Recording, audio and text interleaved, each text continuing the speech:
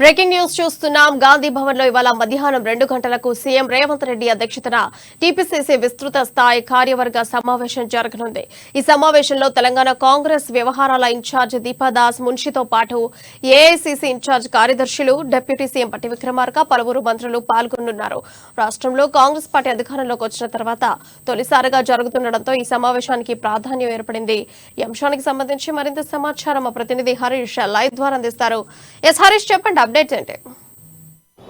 Thank you Priya. మరి కాసేపట్లో TPCC విస్తృత స్థాయి కార్యవర్గ సమావేశం ప్రారంభం కానుంది. సమావేశానికి సీఎం రేవంత్ రెడ్డి అధ్యక్షతన వహించిన నేపథ్యం కావచ్చు, ఇక ఏఐసీసీ రాష్ట్ర వ్యవహారాల ఇన్ఛార్జిగా బాధ్యతలు చేపట్టిన దీపాదాస్ మున్షి ఈ సమావేశంలో పాల్గొంటున్న నేపథ్యం కావచ్చు. ప్రధానంగా దీనికి సంబంధించి అంటే పార్లమెంట్ ఎన్నికలు టార్గెట్గా కూడా కాంగ్రెస్ పార్టీ వెళ్తున్న నేపథ్యం కావచ్చు.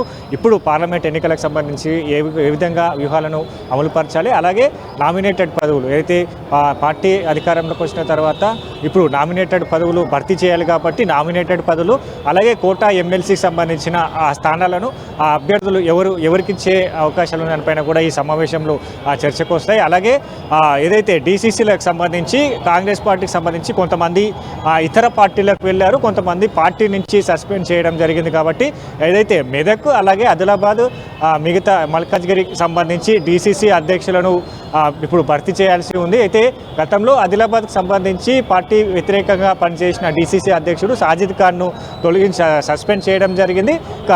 అక్కడ డీసీసీకి సంబంధించి కూడా అక్కడ డీసీసీని నియమించే అవకాశాలు ఉన్నాయి. కాబట్టి ఇక్కడ మెదక్ సంబంధించి బీఆర్ఎస్ పార్టీలోకి వెళ్ళిన నేపథ్యం వచ్చి ఇక 3 డీసీసీ ఖాళీగా ఉన్నాయి. ఆ డీసీసీ ఆ పదవులను భర్తీ చేయడంతో పాటు ఇక్కడ నామినేటెడ్ పదవులకు సంబంధించి కార్పొరేషన్ చైర్మన్లు కావచ్చు, ఇతర సంబంధించిన పదవులను ఇప్పటికే దానికి సంబంధించి ఎవరికి కేటాయించాలని పైన కూడా పూర్తిగా ఈ సమావేశంలో చర్చించే నిర్ణయాలు తీసుకునే అవకాశం ఉన్నది. ఇక ఏదైతే పార్లమెంట్ ఎన్నికల టార్గెట్గా వెళ్తున్న నేపథ్యం గత అసెంబ్లీకి సంబంధించి ఉత్తర తెలంగాణ సంబంధించి కొంతమేర ఏదైతే ఆశాజనకంగా లేదు, పార్టీకి సంబంధించి స్తబ్దుగా ఉన్న నేపథ్యం కావచ్చు.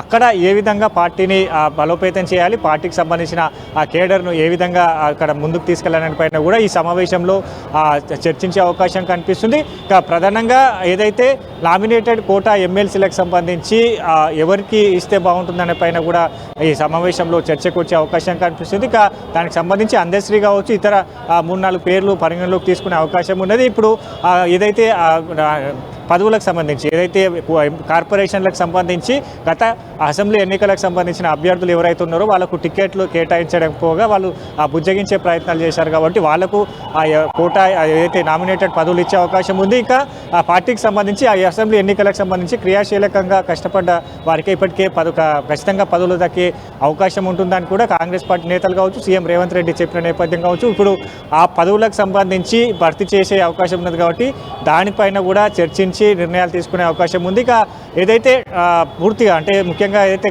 పార్లమెంట్ ఎన్నికల టార్గెట్గా వెళ్తుంది 15 టార్గెట్ 15 పేరుతో కాంగ్రెస్ పార్టీ వెళ్తున్నది. కాబట్టి ఖచ్చితంగా 15 స్థానాలను ఈ పార్లమెంట్ ఎన్నికల్లో లోక్సభను గెలిచి రాహుల్ గాంధీ కావచ్చు కాంగ్రెస్ అధిష్టానానికి గిఫ్ట్గా ఇవ్వాలని కాంగ్రెస్ నేతలు భావిస్తున్న నేపథ్యంలో ఇప్పుడు తెలంగాణలో దానికి సంబంధించిన అంశాలు కావచ్చు, ఉత్తర తెలంగాణకు సంబంధించి ప్రత్యేక కార్యాచరణ కావచ్చు, ఇప్పుడు పార్లమెంట్ ఎన్నికలకు సంబంధించి ఏ విధంగా ముందుకెళ్లాలని పైన కూడా ఈ సమావేశంలో చర్చించి ఏదైతే ఈ సమావేశానికి వస్తున్న ఎమ్మెల్యేలు, ఎంపీలు, అలాగే ప్రధాన కార్యదర్శులు, అధికార ప్రతినిధులకు సీఎం రేవంత్ రెడ్డితో పాటు ఏఐసీసీ కార్యదర్శి జనరల్ సెక్రటరీ దీపాదాస్ మున్షి దిశానిర్దేశం చేసే అవకాశాలు ఉన్నాయి. ఇక పూర్తిగా అంటే కాంగ్రెస్ పార్టీలో ఇప్పటికే నామినేషన్ సంబంధించిన కోటా ఎమ్మెల్సీలు కావచ్చు, కీలక పదవులు కార్పొరేషన్ పదవులు కావచ్చు, ఎన్నికల సంబంధించిన కసరత్తు కావచ్చు, వీటన్నిటిని చర్చించి పూర్తిగా కార్యాచరణను అమలుపరిచే విధంగా కూడా నేతలకు దిశానిర్దేశం చేసే అవకాశం అయితే ఉంది. పార్లమెంట్ ఎన్నికలకు సంబంధించి ఏ నాయకులకు ఎక్కువ ప్రాధాన్యత ఇచ్చేటువంటి అవకాశం ఉంది కాంగ్రెస్ పార్టీ? T15 తో వస్తుంది కదా. అంటే పార్లమెంట్ ఎన్నికలకు సంబంధించి ఖచ్చితంగా బలమైన అభ్యర్థులకు టికెట్లు కేటాయించే అవకాశం కనిపిస్తుంది. గత అసెంబ్లీ ఎన్నికల్లో ఇదే ప్రతిపాదన తీసుకొచ్చారు, సర్వేలు చేయడం జరిగింది. సర్వేల ఆధారంగా అభ్యర్థులకు సంబంధించి గత అసెంబ్లీ ఎన్నికలు కావచ్చు, ఇప్పుడు పార్లమెంట్ ఎన్నికలకు సంబంధించి బీఆర్ఎస్ బీజేపీకి ధీటైన అభ్యర్థులను పెట్టే అవకాశం కనిపిస్తుంది. కాబట్టి ఆ నియోజకవర్గాలకు సంబంధించి ముగ్గురు పేర్లు ప్రతిపాదనకు తీసుకొని అక్కడ సర్వేలు చేసిన తర్వాత బలమైన అభ్యర్థులను బరిలో దించే అవకాశం ఉంటుంది కాబట్టి దానిపైన పూర్తిగా గత అసెంబ్లీ అనుసరించిన విధానాన్ని ఇప్పుడు లోక్సభకు సంబంధించిన అభ్యర్థుల ఎంపిక ప్రక్రియ అనుసరించే అవకాశం కనిపిస్తుంది. ఇంకా మరికొన్ని స్థానాలకు సంబంధించి ఏదైతే అసెంబ్లీ ఎన్నికల్లో ఓటమి పాలైన నేతలు కూడా అక్కడ ఎంపీ స్థానాన్ని కేటాయించే అవకాశం కూడా ఉంటుంది. ఎందుకంటే అక్కడ సంబంధించిన ఏదైతే సానుభూతి ప్రజల నుంచి వచ్చే సానుభూతి కావచ్చు, అక్కడ కాంగ్రెస్ పార్టీకి సంబంధించి కొంతమేర క్యాడర్ కూడా జోష్ను ఉన్న నేపథ్యం కావచ్చు. ఇప్పుడు ఆ ఎమ్మెల్యేకు ఎంపీ టికెట్ ఇస్తే ఖచ్చితంగా గెలిచే అవకాశాలు ఉంటాయి. అక్కడ స్థానాల్లో అట్లాంటి అంశాలను కూడా ప్రతిపాదన తీసుకొస్తున్నారు. ఆ టికెట్లు ఇచ్చే అవకాశం పైన కూడా ఈరోజు చర్చించే అవకాశం ఉంది.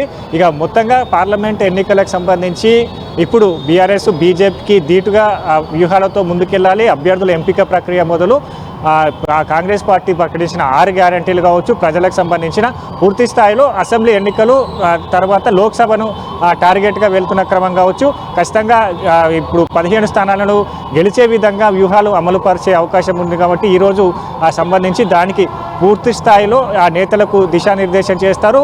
ఎట్లా ముందుకెళ్ళాలి, ఆ బీజేపీకి సంబంధించిన గత 2 దఫాలుగా అధికారంలో ఉన్న ప్రభుత్వం కాబట్టి అప్పుడు ప్రజలకు ఇచ్చిన హామీలు ఏంటి, ప్రజలకు ఇచ్చిన పథకాల వైఫల్యాల పైన కూడా పూర్తిగా ప్రజలకు వివరిస్తూ ప్రచారాలను చేసే విధంగా కూడా కార్యాచరణ ఉన్నది. పార్టీకి సంబంధించి బూత్ లెవెల్ నుంచి రాష్ట్ర స్థాయి వరకు బలోపేతం చేయాలి. మండల కమిటీలు కావచ్చు, జిల్లా కమిటీలను కూడా నియమించే అవకాశం ఉంది. ముందుగా ఈ డీసీసీలకు సంబంధించి 3 డీసీసీలను నియమించిన తర్వాత మండల కమిటీలను ఏర్పాటు చేసే అవకాశం అయితే ఉంది. Thank you for updates.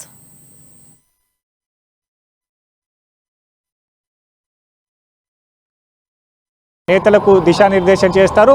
ఎట్లా ముందుకెళ్ళాలి, ఆ బీజేపీకి సంబంధించిన గత 2 దఫాలుగా అధికారంలో ఉన్న ప్రభుత్వం కాబట్టి అప్పుడు ప్రజలకు ఇచ్చిన హామీలు ఏంటి, ప్రజలకు ఇచ్చిన పథకాల వైఫల్యాల పైన కూడా పూర్తిగా ప్రజలకు వివరిస్తూ ప్రచారాలను చేసే విధంగా కూడా కార్యాచరణ ఉన్నది.